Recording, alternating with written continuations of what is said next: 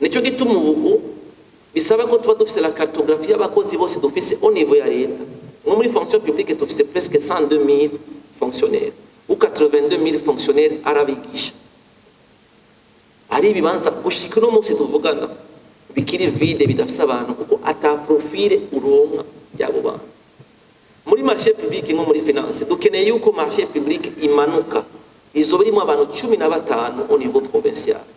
Kuko barabizi neza ko hariho abategezwa kuba muri commission ijejwe les marchés et les services. Ari abategezwa kuba mu mafuni amatravaux n'abandi. Donc izo groupe zitegezwa kuba ari zitatu. Hageze rero ko muri direction provinciale tugira abantu 15. Muri finance la direction nationale ya marché public yari abantu badashika 40.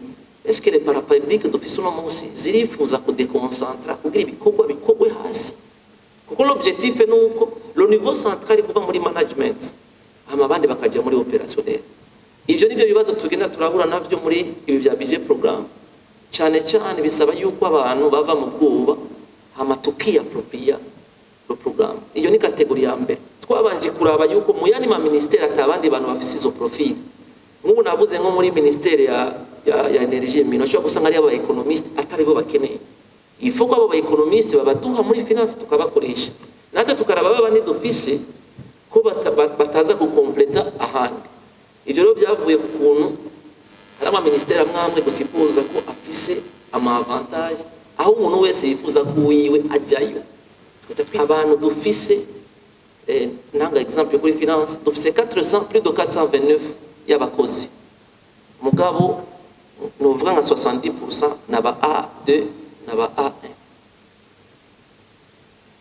Kuburyo biza kungora ngo ufise nk'aba partenaire de haut niveau bakeneye kudiskita n'abantu ndagira ikibazo. Donc icyo rero ni kibazo gihari bica bisaba ko abo bantu tuba deploy bakaja aho bategerezwa gukora. Afatire ibi nivyaza biza bitusha kuko mu murazi ko atamuntu mashaka kuduga. Icyo rero ni indi namba minovuga ihari yuko abantu dufise na paraporo ya maprofile dukeneye usanga bita matching. Reka duce dutanga exemple muri ministère ya energie. Energie et mine tatanga no muri infrastructure. Murabona ko hariho programme mine hydrocarbure. Hariho programme n'izindi. Kuburyo za kurondera umuntu afise iyo calibre nta uza kuruhura. Aza kuba muri cyo kibanza. Kuko yategezwa kuba ari umuntu azi ivyo bintu ababizi. Murabona munsi ko dufise PAEJ, c'est un programme. Mon cas d'officier ABEJ, Agence burundaise de l'emploi des jeunes. Nous sommes l'Office burundais de l'emploi et de la main-d'œuvre. 3 structures avec les mêmes missions. Mugabo babwati ivyo bintu tubishire hamwe tubikureho. Kira muntu wese niyemera.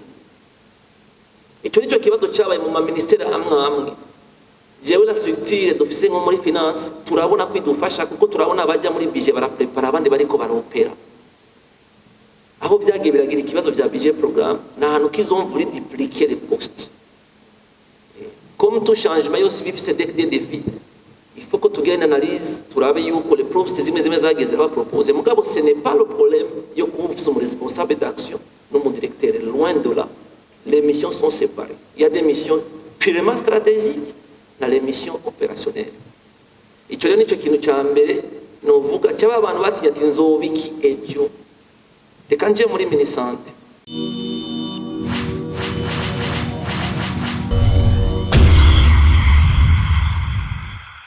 Afise le rôle stratégique. Afise umwanya wo kuza kuyumvira amafaranga. Quelles sont les nouvelles mesures nous propose kugira obere ize gukora? Quelles sont les nouvelles mesures nous kora kugira nje kumobiliza amafaranga menshi hanze? Naza muri opération ngo asohore ngo atange exonération ngo agira iki oya. Son rôle kugira afashe umushikiranganje kwiyumvira ko umushikiranganje bari muri byinshi yiyumvira à sa place aze kumuproposer quelque chose amatura bimwe tuza kuvyimplanta au niveau ya OBR. Uyo abajejwe OBR, abajejwe autorité de régulation des marchés de capitaux, abajejwe ARCA, abajejwe Service national de renseignement financier, abo bose bari munsi abajejwe abantu benshi amemta ategerezwa kwiyumvira amafaranga nza gutoza ndayakoresha gute ni gute nza gupropose akacabwira obere rero obere bijya bintu ngendo bikore chemanuka gatoyi mvuge ku responsable d'action ko munsi yiwe haba hariho responsable d'action ajejwe la dette akaba wundi ajejwe bijanye na mobilisation extérieure abo baza nabantu kuvuga yuko ni nka unité de gestion d'un projet biyumvira kuko unité de gestion d'un projet ijya twita IGP munsi bifise des structures bénéficiaires sibo baza gushira mu ngiro bariko bariyumvira nihagira umuntu azobesha rero la structure ihari no munsi kwiteye ikibazo aho byateye ikibazo handi mu ministère yani nuko abantu baki bashaka kuza kubifatanya n'amadirection kugira kina muntu wese agomeze poste yiwe notanga uburero mu ministère amwamwe avuga ati ko none mushizeho iki kintu reka ncengere yanagiye ikintu kiri similaire kuko budget programme yashaka kuza gufasha gukuraho de redondance reka dutange exemple murabona munsi ko dufise paege c'est un programme muga dufise ABEJ agence burundaise de l'emploi des jeunes nous dufise l'office burundais de l'emploi et de la main d'œuvre 3 structures avec les mêmes missions mugabo babwira ati ibyo bintu tubishire hamwe tubikureho kira muntu wese niyemera icyo nicyo kibazo cyabaye mu ministère amwe jewe la structure dufise nko muri finance turabona kwidufasha kuko turabona abajya muri budget baraprepara abandi bariko baropera aho byagiye biragira ikibazo bya budget programme na hanu kizomvura dupliquer les postes comme tout changement yose bifise des défis il faut que tu gagnes une analyse turabe yuko les postes zimwe zageze ba proposer mugabo ce n'est pas le problème yo kufisa mu responsable d'action no mu directeur loin de là les missions sont séparées il y a des missions purement stratégiques na les missions opérationnelles icyo rero nicyo kintu cya mbere novuga cyaba abantu batinya ati nzobiki ejo reka nje muri minisante on a 2 programmes on a un programme dédié offre de soins n'indi dédié prévention n'indi programme imwe administration générale za programme zose dufise PNLT pa ntibumva yuko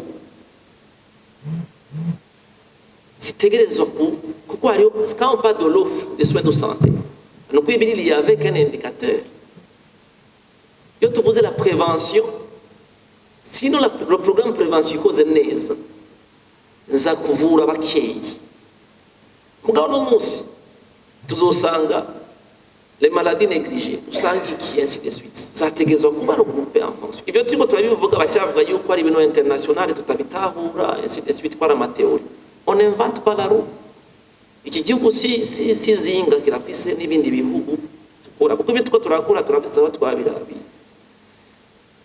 diko ndavuga de ministère gusa nora oshwa gutyo wazara icyo rero nicyo kibazo cya mbere cyabaye babantu bati none tuzoca tubiki ko haje ibindi bintu bishasha l'objectif ni kugabanya au niveau central bakaba abantu bake hama tukadecentraliza ibikorwa bikaba bikeye reka tujye kuba operateur murabona kera Regideso yari ifise umuntu wese mu ntara Onatel yari ifise umuntu mu ntara est-ce que l'intervention yose yavi Bujumbura kera nibikunda est-ce que les parapublics dufise uno munsi zirifuza kudeconcentra kugira ibikorwa bikogwe hasi kuko l'objectif ni uko le niveau central kuva muri management hama abandi bakajya muri opérationnel ivyo nivyo bibazo tugenda turahura navyo muri ibi bya budget programme cyane cyane bisaba yuko abantu bava mu bwoba hama tukiapropria le programme iyo ni kategori ya mbere hari kategori ya kabiri yindi nuko abantu dufise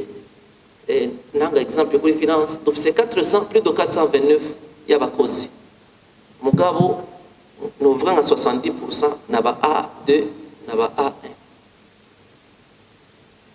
ku buryo biza kungora ngo mufise nk'aba partenaire de haut niveau bakeneye kudiskita n'abantu ndagira ikibazo donc icyo rero ni kibazo gihari bica bisaba ko abo bantu tuba deploy bakajya aho bategerezwa gukora afatire ibi nibyaza biza bitusha kuko murazi ko atamuntu mashaka kuduka icyo rero ni yindi namba nyinovuga ihari yuko abantu dufise na paraporo y'amaprofile dukeneye usanga bitamacinga reka duce dutanga example muri ministère ya energie energie ya mine tudatanga no muri infrastructure. Murabona ko hariho programme mine hydrocarbure, hariho programme n'izindi ku buryo uza kurondera umuntu afise iyo calibre ntawe uza kuronka aza kuba muri icyo kibanza, kuko yategezwa kuba ari umuntu azi ivyo bintu ababizi.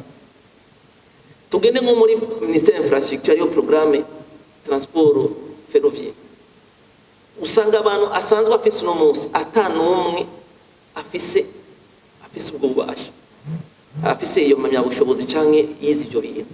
Bica bisaba yuko usubira kandi kurodeploya abantu usanga dufise canke tukarokita abandi bantu bajya muri ivyo bibanza. Ayo yose n'amadefini baza ko ahari. Nico gituma ubu bisaba ko tuba dufise la cartographie y'abakozi bose dufise au niveau ya leta. Nko muri fonction publique dufise presque 102 000 fonctionnaires ou 82 000 fonctionnaires arabigisha. Ari ibibanza gushika no munsi tuvugana bikiri vide bidafise abantu kuko ata profile uronka yabo bantu. Muri marché public nko muri finance dukeneye yuko marché public imanuka izo birimo abantu 15 au niveau provincial, kuko barabizi neza ko hariho abategezwa kuba muri commission ijejwe les marchés et les services, ari abategezwa kuba mu mafuni amatravo n'abandi. Donc izo groupe zitegezwa kuba ari zitatu. Hageze rero ko muri direction provinciale tugira abantu 15, muri finance la direction nationale ya marché public yari abantu badashika 40. Or ngeneye 15 personnes fois 5 75, il faut qu'on arrive à recruter. Ngo ari bibanza byinshi bikiri vacant, mugabo nibaza ko muri biji kurikira tuzoca tubarokita. Mugabo il faut ko tubarokita twabanje kuraba yuko mu yani ma ministère atabandi bantu bafise izo profil. Nk'ubu navuze nko muri ministère ya energie mino cyo gusanga ari aba economist atari bo bakeneye. Il faut ko abo ba economist babaduha muri finance tukabakoresha. Natwe tukaraba babandi dufise ko bataza gukompleta ahandi. Ivyo rero byavuye ku kuntu hari ama ministère amwe dusipoza ko afise ama avantage aho umuntu wese yifuza ko wiwe ajyayo. Twita twisanga rero dufise abantu bari pléthorique ku buryo bataronka nico bakora. Ugasanga rero ari izindi ministère zibakeneye kuko atama avantage menshi bafise atabariyo. Mu bari mu ministère ya communication abakozi bise ntibarenga 50. Ntibarenga 50. Uno musi tumugiye ko decentraliza n'abakozi afise rero obligé de recruter. Donc ivyo rero ni wa muhini mushasha utera amabavu. Sinovuga yuko byo tubuza kubandanya. Toujours kujyanye n'icyo yakunda kubivuga yuko on apprend la guerre à la faisant. Tuvuze ko tuzorindira ko byose bikwira bizotugora. Izo nizo nambamye novuga ahanini zihari. Inambamye yanyuma ihari rero ni muri gestion y'amafaranga. Buryo ubu ufashe nk'ubu twara decentralize amafaranga yo gukoresha nk'intebe aho twarungitse amafaranga mu badese kubera batinya batazi délégué de gestion. Ari abantu bagumanya amafaranga ku makonti batinya yuko bayakoresha nabi ngo hava bakwegera. Bica bicika nka wa mugani mu Bibiliya wa muntu yaha itarano abantu bakaca bayabika ati sinkeneye ingorane. Ivyo byarabaye kuri 200 millions twahaye abadese ko twabahaye 100 millions ubwa mbere gukoresha intebe, mu nyuma dusubira dutanga 100 millions 200 millions. Twaye twiteze ko ya 18 miliyari twatanze gukoresha intebe babikora kugira hose bihere. Muga on s'est retrouvé yuko ari abantu batigeze bagira le courage yo kuyakoresha. Kubera donc bamwe les règles de gestion n'aya ma discours dutena yuko bazo haba bagira ibibazo ainsi de suite. Twasanze yuko dutegerezwa guhindura tukabagirisha beaucoup plus de formation nkuko gutegerezwa ama formation. Kuko ari abantu benshi amafaranga ari ku makonte yicaye batigeze bakoresha. Donc novuga yuko ibyo byose ari namba bisanzwe zihari. Mugabo novuga yuko ariho intambwe twateye byose nibimeze neza, mugabo ari intambwe twateye. Twibaza rero yuko ko tugenda turiga buke tugiye turakosora bizodufasha. Murakoze.